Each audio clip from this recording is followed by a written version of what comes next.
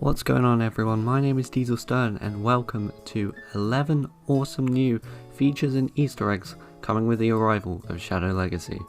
Let's get into it.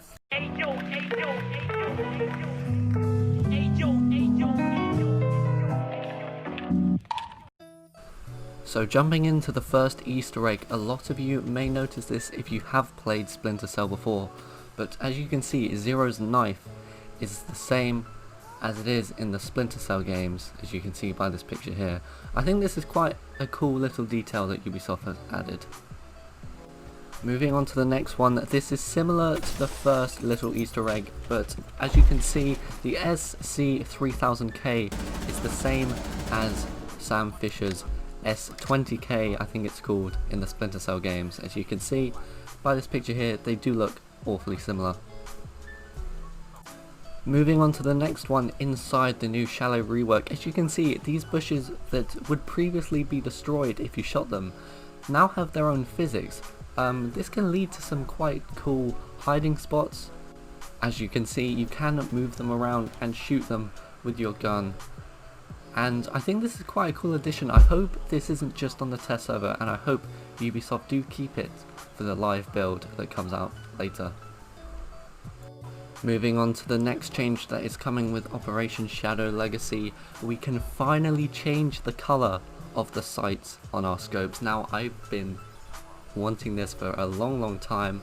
There are 3 different options for those who are colourblind, and then in the final custom option you have the default sight colour, light blue, blue, turquoise, green, light green, yellow, light orange, orange, red, purple, white, and finally black.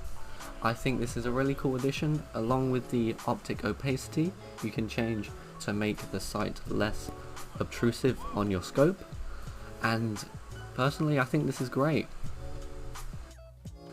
Moving on to the next change now are the new scopes that are going to be added next season. You have the new red dot sight as well as the new redesigned holographic sight, and now there is a 1.5 times scope and a 2 times scope, as well as the old 2.5 times scope, which is the old ACOG, a new 3 times scope which is going to be used for DMRs, a 4 times scope, and of course the 5 and 12 times scope that go on Callie's sniper. This next one is coming as a result of the Chalet rework coming in Season 3, and you can now finally rappel onto the roof.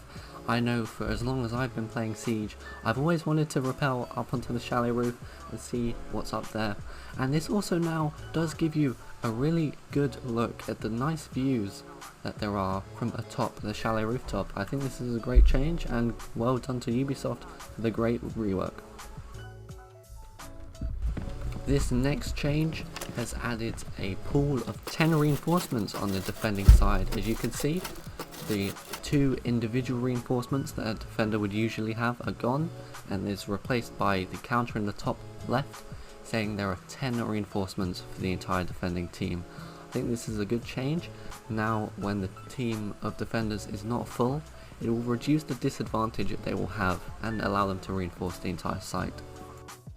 This next Easter egg comes in Sam Fisher's or Zero's bio, and you can see here a little Easter egg nodding over to Splinter Cell, as you can see the past experience in the previous missions that Sam Fisher has been in.